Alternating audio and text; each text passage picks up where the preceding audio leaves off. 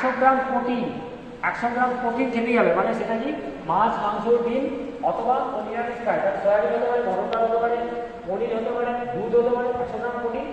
Fat হচ্ছে 100 গ্রাম লাগবে, fat 100 গ্রাম লাগবেই।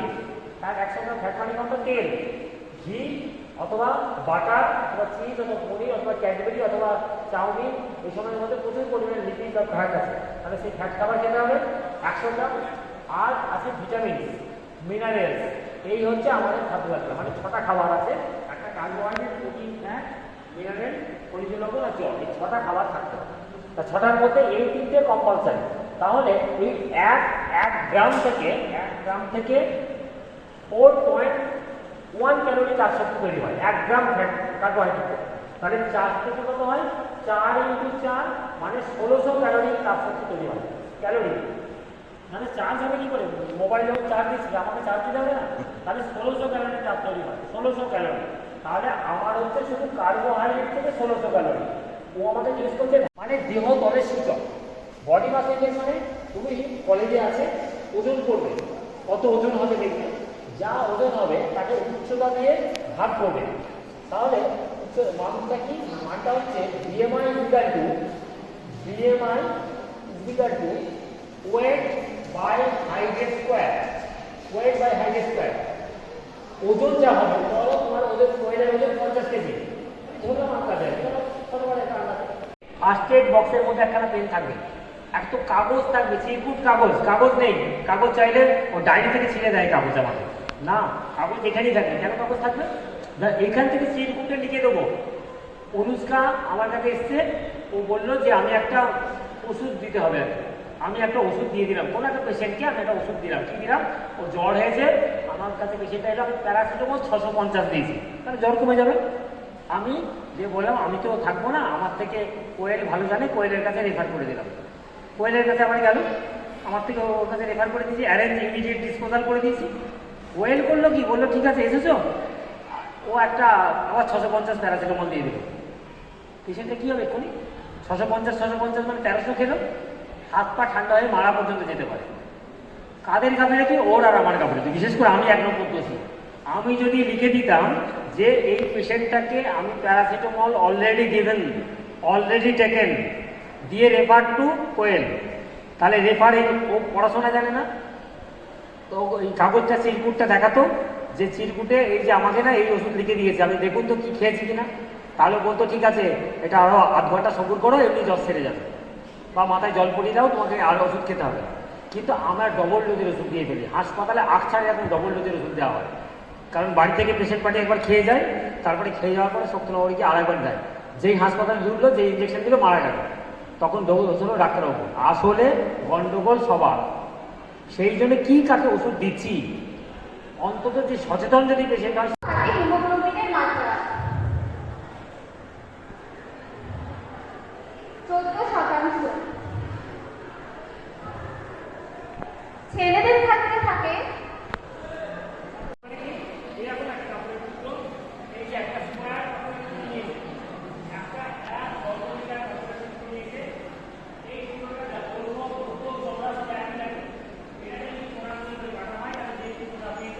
সেটাই একটা ব্যান্ডেজ, এর নাম হচ্ছে ত্রিকোণ ব্যান্ডেজ বা ট্রায়াঙ্গুলার ব্যান্ডেজ।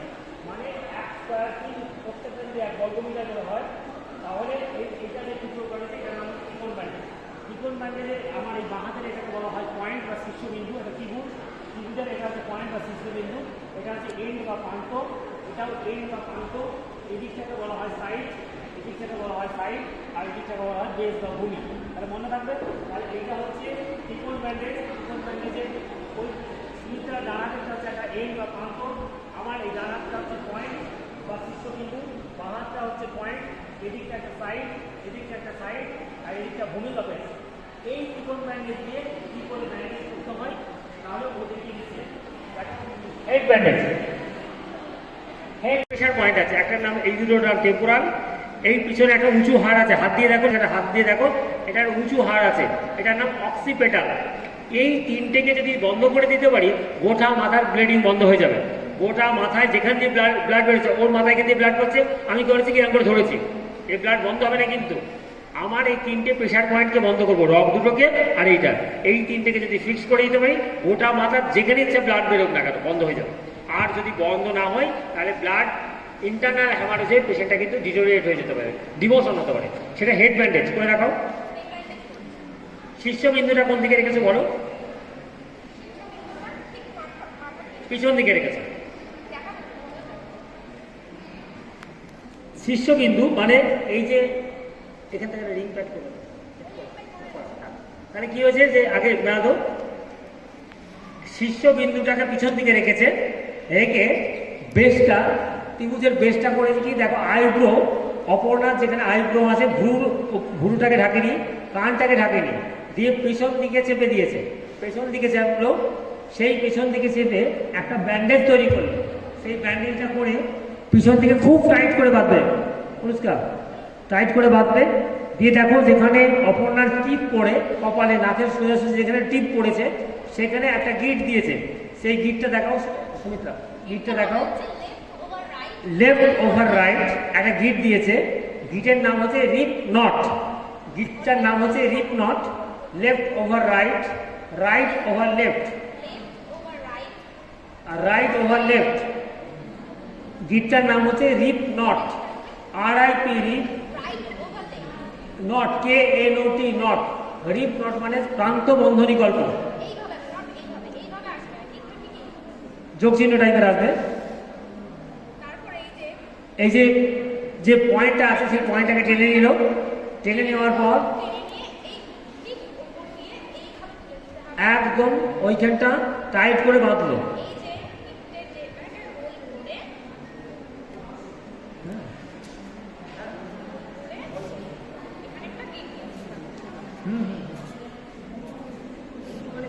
ক্লাসে আছে, একটুখানি ক্লাসটা শেষ করে নিই দিয়ে বলছি। হ্যাঁ বলছি দাঁড়াও। মানে এমন করে তুলবে যে অপর্ণা উঠে যাবে তো ব্যান্ডেজ খুলবে না আগে, তাহলে এটাকে বলা হয় হেড ব্যান্ডেজ। হেড ব্যান্ডেজে কি করেছে দেখো, ও মাথার অক্সিপিটালকে টাইট করে বেঁধে দিয়েছে, দুটো এই রক যাকে তোমরা রক বলো টেম্পোরালকে টাইট করে বেঁধেছে, এবং গিটটা দিয়েছে rip knot, RIP rip, KNOT knot. Rip knot মানে প্রান্ত বন্ধনী গল্প। এই গিট দেবো আমরা, যে গিটগুলো দিই দাঁত মুখ খিচিয়ে, মরণ গিট হাতে করে একটা ন্যারো ব্যান্ডেজ করে নিয়েছে। প্রথমে তো ফোল্ড করছে, এটা ফার্স্ট ফোল্ড, তারপর সেকেন্ড ফোল্ড,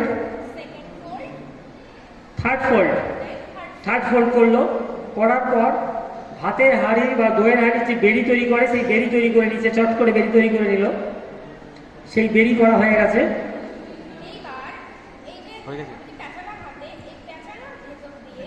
একটা করে প্যাচ দিতে থাকবে, এটাকে বলা হচ্ছে রিং প্যাড। এই রিং প্যাড এরকম করে একটা রিং প্যাড তৈরি করেছে, ছেড়ে দাও, করতে হবে না, ছেড়ে দাও, তাহলে এরকম একটা রিং প্যাড তৈরি করে ফেলেছে, আর করতে হবে না। তাহলে এবার রিং প্যাড করেছি কেন, আমি আগের দিনও বলেছিলাম আমাদের দেহে যা যা থাকে তাকে বলে কি বলে, ফরেন বডি, মনে আছে? তাহলে আমি যদি কোনো পেশেন্টের ফরেন বডি মানে ইটের টুকরো, কাঠের টুকরো, পাথর, ক্লিপ যদি কিছু ঢুকে থাকে তাহলে সেটা রিমুভ করবো না, আমি করবো না, করলে ব্লাড বন্ধ করতে পারবো না। তাহলে অনুষ্কা দেখাও যে ওর মাথায় ফরেন বডি থাকলে তুমি কি করে ব্যান্ডেজ বাঁধবে, head bandage with ring pad.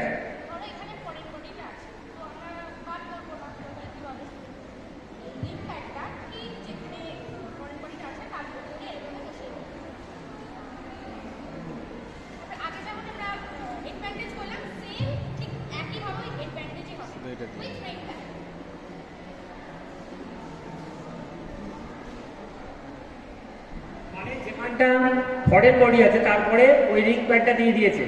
তোমার কাছে যদি রিং প্যাড না থাকে তাহলে তুমি কিছু গজ, তুলো, ব্যান্ডেজ ওখানটা দিয়ে দিতে পারো, কিন্তু তোলার চেষ্টা করবে না। এরকম করে দেখে একই রকম ভাবে পিছন দিয়ে অক্সিপিটালকে জড়িয়ে নিল, জড়িয়ে যেখানে কপাল আছে ফ্রন্টাল, এই ফ্রন্টালে যেখানে টিপ পড়েছে সেখানটা একটা গিট দিচ্ছে, তার নাম হচ্ছে rip knot. Left over right, left over right, তলা দিয়ে নিয়েছে, দিয়ে রাইট ওভার লেফট গিট দিয়েছে, এটাকে বলা হয় রিপ নট দিল। দিয়ে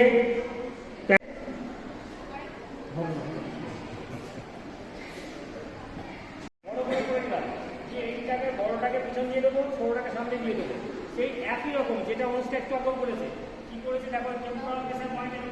প্রেশার দিয়ে দিয়েছি, দেওয়ার পরে অক্সিমিটারটাকে টাইট করে বাঁধবো।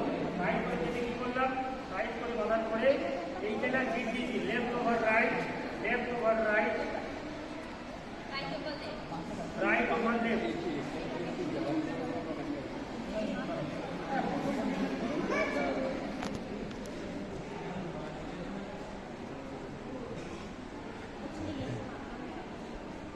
টাইট করতে হবে তো নাকি? হ্যাঁ। করার পরে এখানটা বাঁধলাম, এই যে এরকম করে ধরেছি, ধরার পরে এখান থেকে টানলাম, টেনে একদম না না বাদ এখান থেকে কিট দিয়ে দিলাম, left over right, right over left, এখানে কিট দিলাম। এই যে এটা ব্যান্ডেজ হলো, এটার নাম হচ্ছে জ ব্যান্ডেজ। জ ব্যান্ডেজ হচ্ছে ফিক্সড হয়ে গেল। আমার এখানটা একটা ব্যান্ডেজ, এখানে একটা বাঁধলাম। গিট গিট গিট দাও, একদম ফিনিশ করো, যেরকম ভাবে করতে হবে, কষিয়ে কষিয়ে।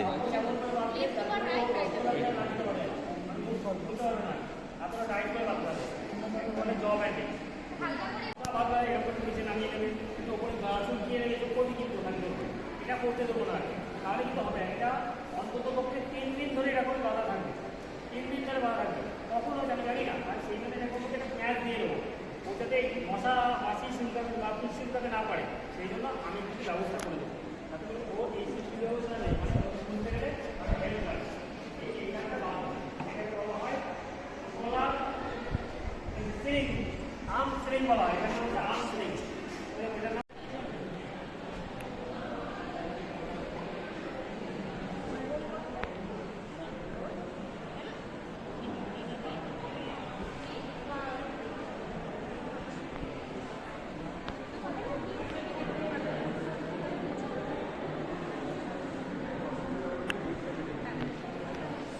সুন্দর। হ্যাঁ, সুস্থ হয়ে পড়ে, তাহলে আপনি যে আজকে আমাদের শিখিয়ে দিলেন এবং সেটার সাথে আমাদের তাকে বাঁচিয়ে দিতে পারি, তাহলে তখন হয়তো আপনার কথা মনে পড়বে যে মানে সেদিনকে সেই দূরে ক্লাস করেছিল, তো কিছু তো শিখেছি, অ্যাটলিস্ট একটা মানুষ তো বেঁচে রয়েছে। তো এটা খুব একটা ভালো লাগছে যে এই জিনিসটা শিখতে পেরেছি। তো থ্যাংক ইউ স্যার। আবার যদি আবার কোনোদিন এরকম ক্যাম্প হয় এবং যদি আবার যদি আসতে পারি তো অবশ্যই আসবো স্যার। কালকে সেই বিষয়গুলি স্যাররা এবং যারা ছিলেন দিদিরা খুব ভালোভাবে আমাদেরকে শিখিয়েছেন।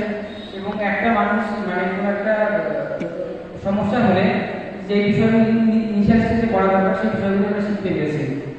আর বিশেষ করে ধন্যবাদ আপনাকে, মানে আপনি যেভাবে প্রত্যেকটা থিওরি বুঝিয়েছেন, প্র্যাকটিক্যাল আমাদের দেখিয়েছেন, আর আমাদের তন্ময় দে স্যারকে অসংখ্য ধন্যবাদ, কারণ এনএসএস এর ইউনিটের পক্ষ থেকে উনি এই বিষয়টা অর্গানাইজেশন করেছেন এবং আমরা প্রত্যেকটা বিষয় শিখতে পেরেছি খুব ভালোভাবে। এর জন্য সত্যি আপনার কাছে কৃতজ্ঞ, ভীষণভাবে ধন্যবাদ স্যার।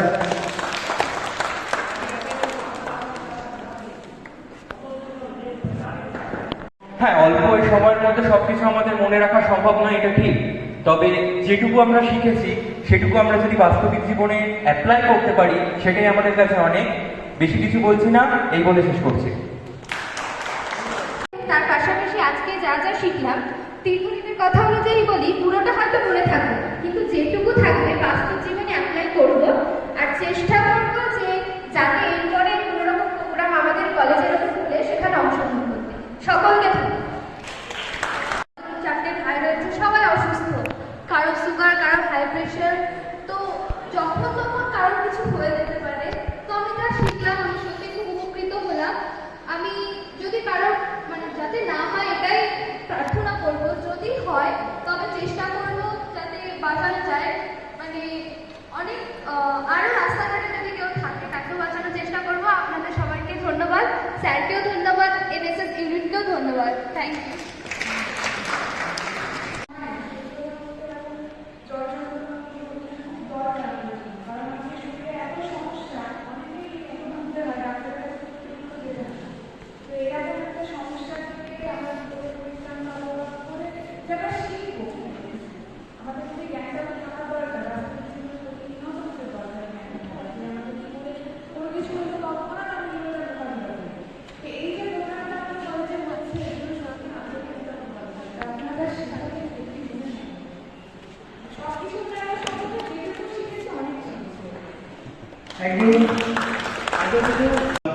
থেকে শুরু করেছিলাম এই প্রাইমারি লাইফ স্কিল মেথড শুরু করে যে ওয়ার্কশপ, আজকে শেষ হলো বলা যায়। কিন্তু আমাদের বোধহয় শেখা সম্পূর্ণ শেষ হলো না। যেটা হলো একটা শুরু হলো, এবং এটা বা এই রিলেটেড আরও অনেক কিছু বিষয় জানার একটা আগ্রহ নতুন করে তৈরি হলো।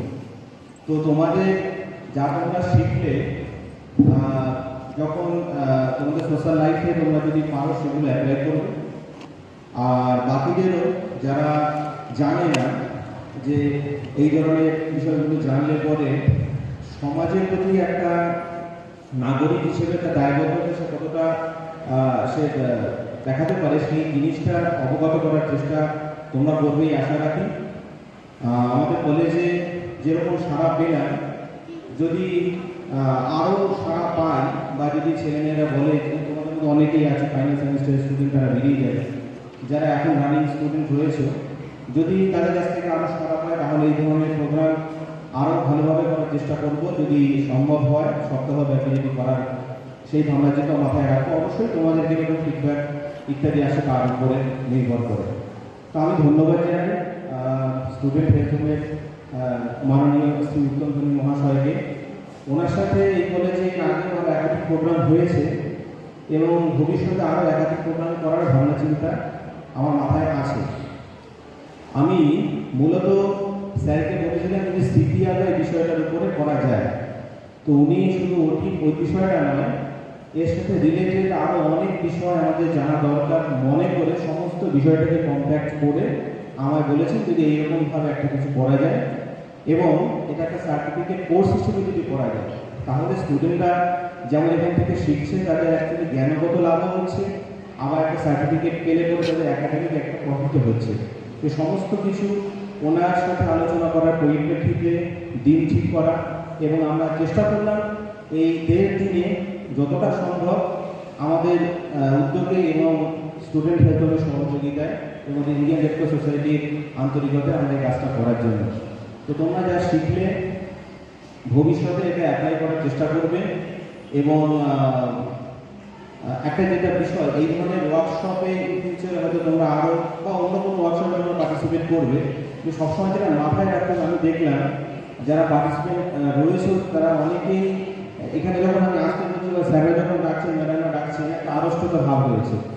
দেখো, তোমরা এখানে শুধু শুনতে আসোনি, দেখতে আসোনি, তোমরা এখানে শিখতে এসছো। তোমরা শুনবে, দেখবে এবং তারপরে যদি হাতে কলমে এখানে করতে পারো, যারা যারা এখানে, আমি নিশ্চিত যারা যারা এখানে দেখার পরে এসে এখানে অন্তত 1 বা 2 বার করে কোনো একটা বিষয় করেছে, তারা বাকিদের থেকে যারা শুধু শুনে গেছে, দেখে গেছে, তাদের থেকে ভালোভাবে এটা অ্যাপ্লাই করতে পারবে।